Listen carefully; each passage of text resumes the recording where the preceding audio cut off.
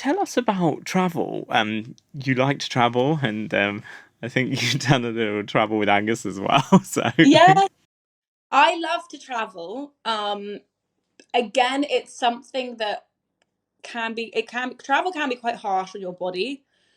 And this is something that I found. So at the moment, me and Angus are very much like UK travel, again, just based on the fact that he loves to drive everywhere. I love to be passenger princess. So it's great. We're sort of like exploring the UK era, which is amazing. And, there's so many amazing places in the UK that we love to go to. And I think it's a real miss when people don't necessarily do that. And I think for both of us, where we're on 24/7, like we are always working, which we're both so used to. Like we're both very like high achieving and like have like determination and have very big goals. So I think where we're both switched on so much, the ag of like getting to the airport and the flight's delayed and then you get to the others, taking that out and just having it like, okay, A to B and then we're there. Like we drive 2-3 hours and we're there has been a game changer. And then, obviously I'm sure we'll, go on an amazing trip soon. But I think for now, that's really what's like making the both of us incredibly happy. So yeah, I'm just loving that kind of exploring the UK yeah, at the I moment. think you're right. Whatever happens, airports are a nightmare. Whatever happens, you know. Whatever happens, yeah, exactly. I always used to say I used to live in LA. And whenever I was there, I'd be like, oh, it's going to take me so long to get home. However, I look at it, like it's not just the flight, it's getting to the airport and it's waiting and it's this. And there's something about that stress at the moment that I'm just like, it's avoidable. So I how can was avoid that. LA then? How was that living there, and how did you find kind of like the American life compared to the British life? It was amazing. It was an amazing experience. I was there from 18 to 19.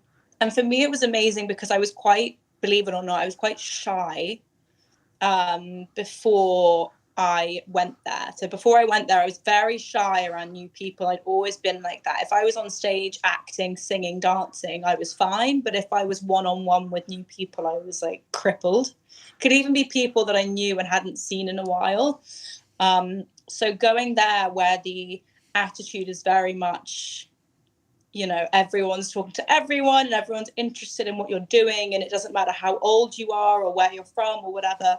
Everyone's conversing and everyone's interested and, wants to help out. And so that was invaluable, I think, in my kind of character development where I was just thrown into the situation where I didn't know anyone. So I had to, I was Do forced you to think kind of you're more of an introvert? yeah, Yeah, more. That's more your natural nature. definitely. I'm definitely like an extroverted introvert. Is that what they say? That's what they say. But right now, I'm like an introverted introvert. But yeah, no, I know when to kind of when I need to be high energy and when I can just really relax. But I think that's It it's a helps you hard develop confidence, though, yeah, obviously. And did you definitely. find that, because, people say that the relationships are harder to form in LA, and it's I don't know whether that's true. I've never lived there, so.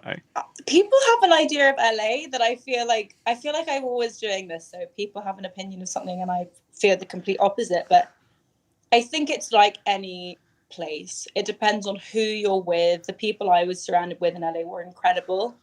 Were really, I found I've developed incredibly deep relationships with and friendships. And, I think that was a really amazing time for me. I find it somewhat trickier in London, weirdly, sometimes, but I think it just depends, who you're meeting. I think the place is kind of irrelevant to the people.